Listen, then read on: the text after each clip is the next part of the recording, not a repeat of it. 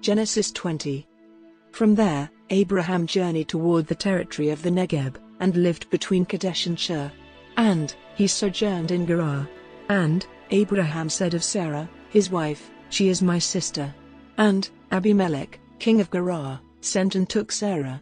But God came to Abimelech in a dream by night, and said to him, "Behold, you are a dead man, because of the woman whom you have taken, for she is a man's wife." Now Abimelech had not approached her. So he said, "Lord, will you kill an innocent people?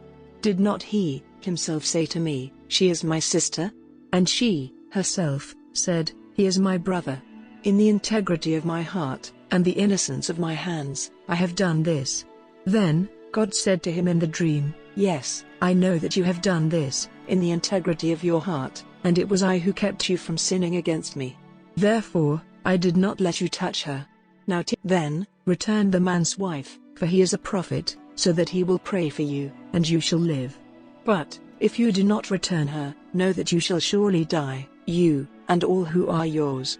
So Abimelech rose early in the morning, and called all his servants, and told them all these things.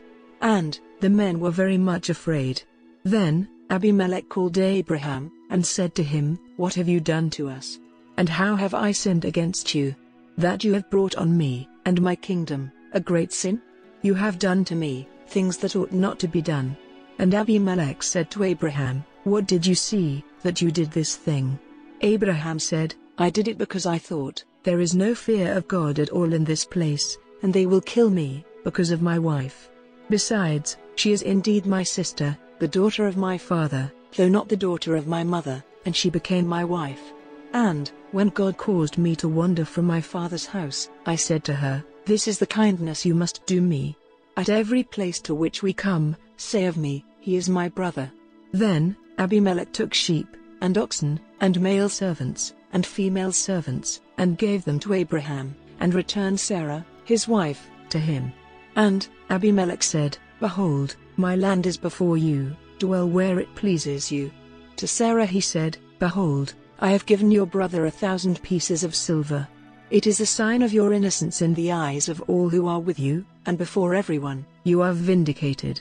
Then Abraham prayed to God, and God healed Abimelech, and also healed his wife, and female slaves, so that they bore children. For the Lord had closed all the wombs of the house of Abimelech, because of Sarah, Abraham's wife.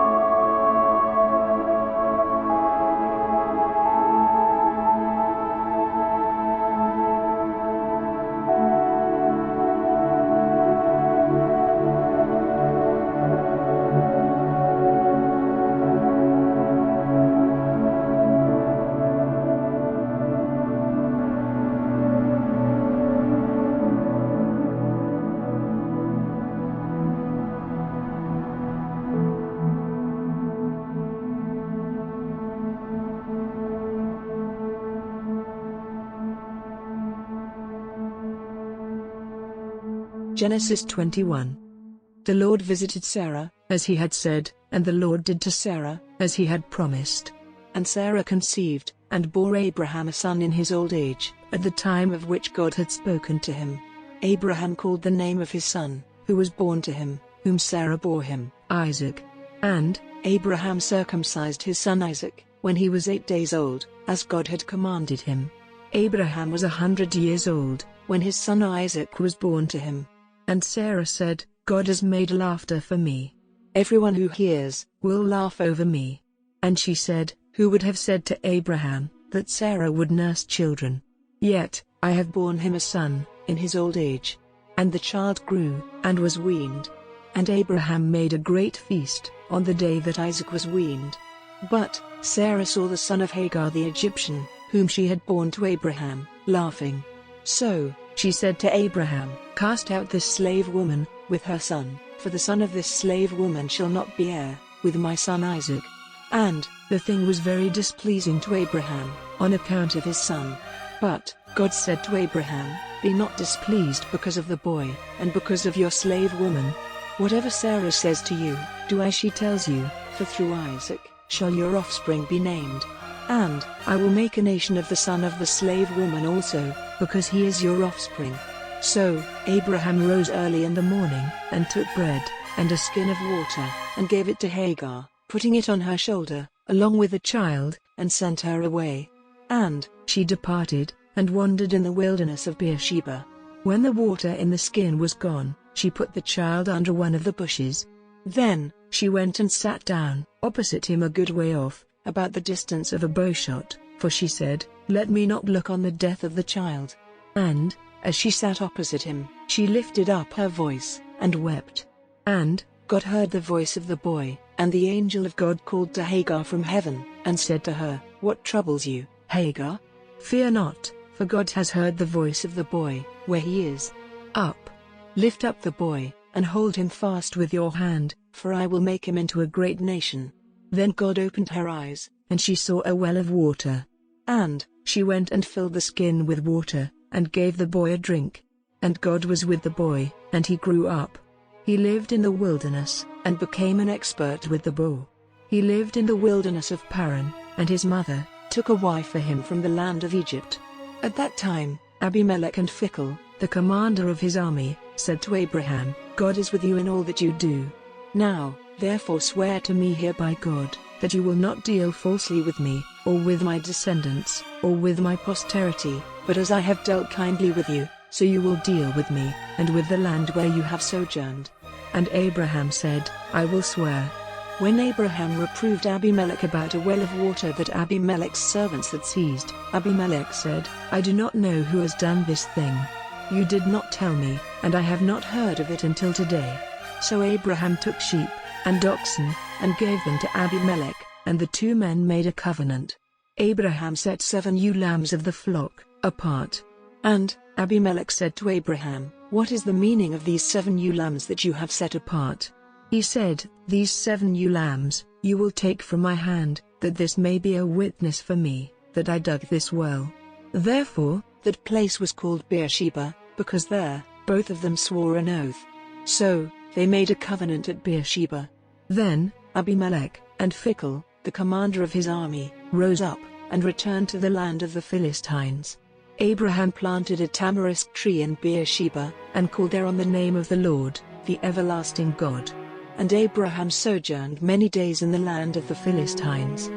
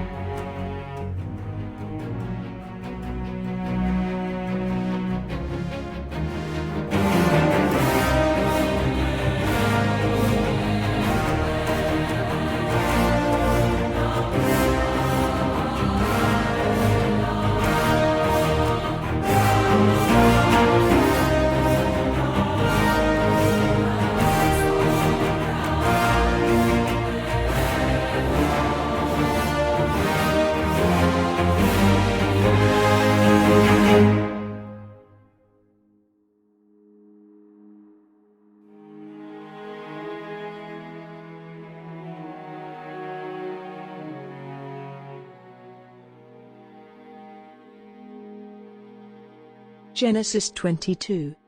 After these things, God tested Abraham and said to him, Abraham. And he said, Here am I. He said, Take your son, your only son Isaac, whom you love, and go to the land of Moriah, and offer him there, as a burnt offering, on one of the mountains of which I shall tell you. So Abraham rose early in the morning, saddled his donkey, and took 2 of his young men with him, and his son Isaac.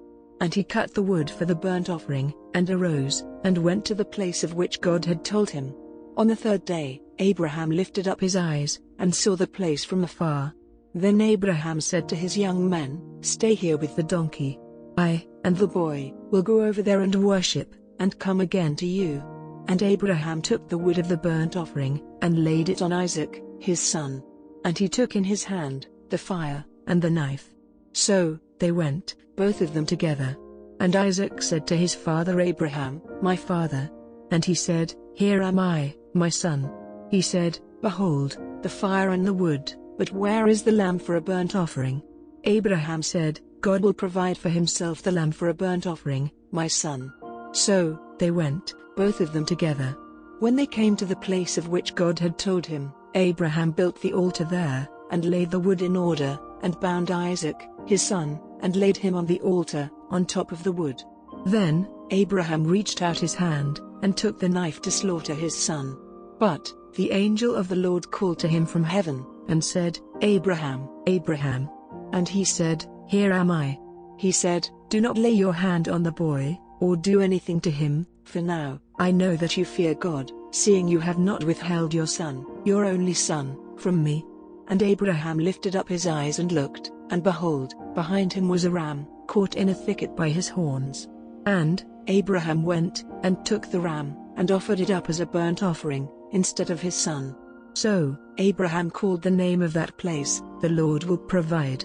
As it is said to this day, On the mount of the Lord, it shall be provided.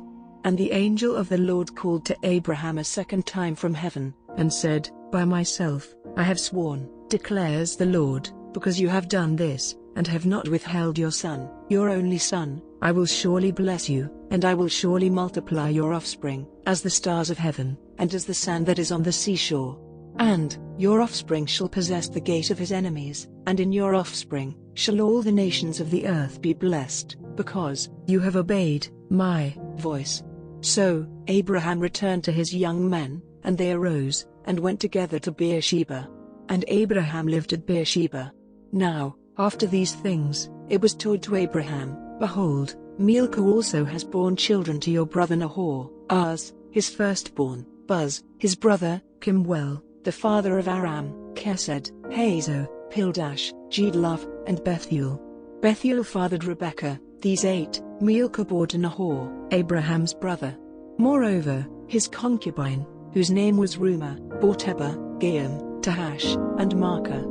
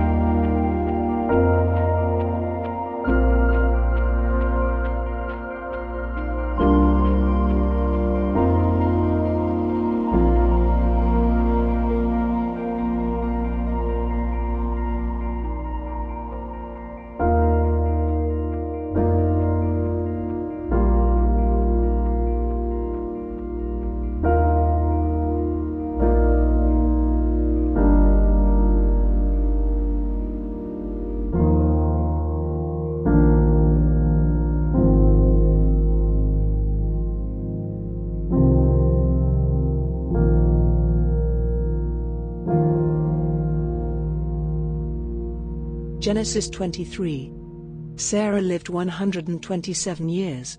These were the years of the life of Sarah. And Sarah died at Kiriath Arba, that is, Hebron, in the land of Canaan, and Abraham went in to mourn for Sarah, and to weep for her. And Abraham rose up from before his dead wife, and said to the Hittites, I am a sojourner, and foreigner among you. Give me property among you, for a burying place, that I may bury my dead, out of my sight. The Hittites answered Abraham, Hear us, my lord. You are a prince of God, among us. Bury your dead in the choicest of our tombs. None of us will withhold from you his tomb, to hinder you from burying your dead. Abraham rose, and bowed to the Hittites, the people of the land. And he said to them, If you are willing that I should bury my dead out of my sight, hear me, and entreat for me, Ephron, the son of Zohar, that he may give me the cave of Machpelah, which he owns. It is at the end of his field. For the full price, let him give it to me, in your presence, as property for a burying place.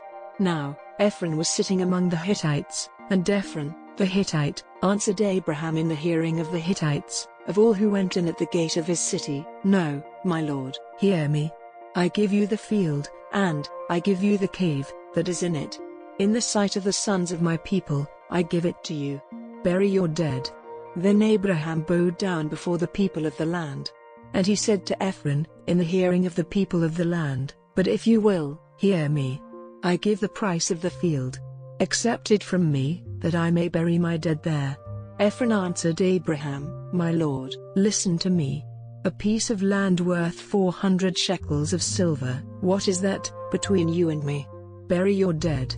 Abraham listened to Ephron, and Abraham weighed out for Ephron the silver that he had named in the hearing of the Hittites, 400 shekels of silver, according to the weights current among the merchants.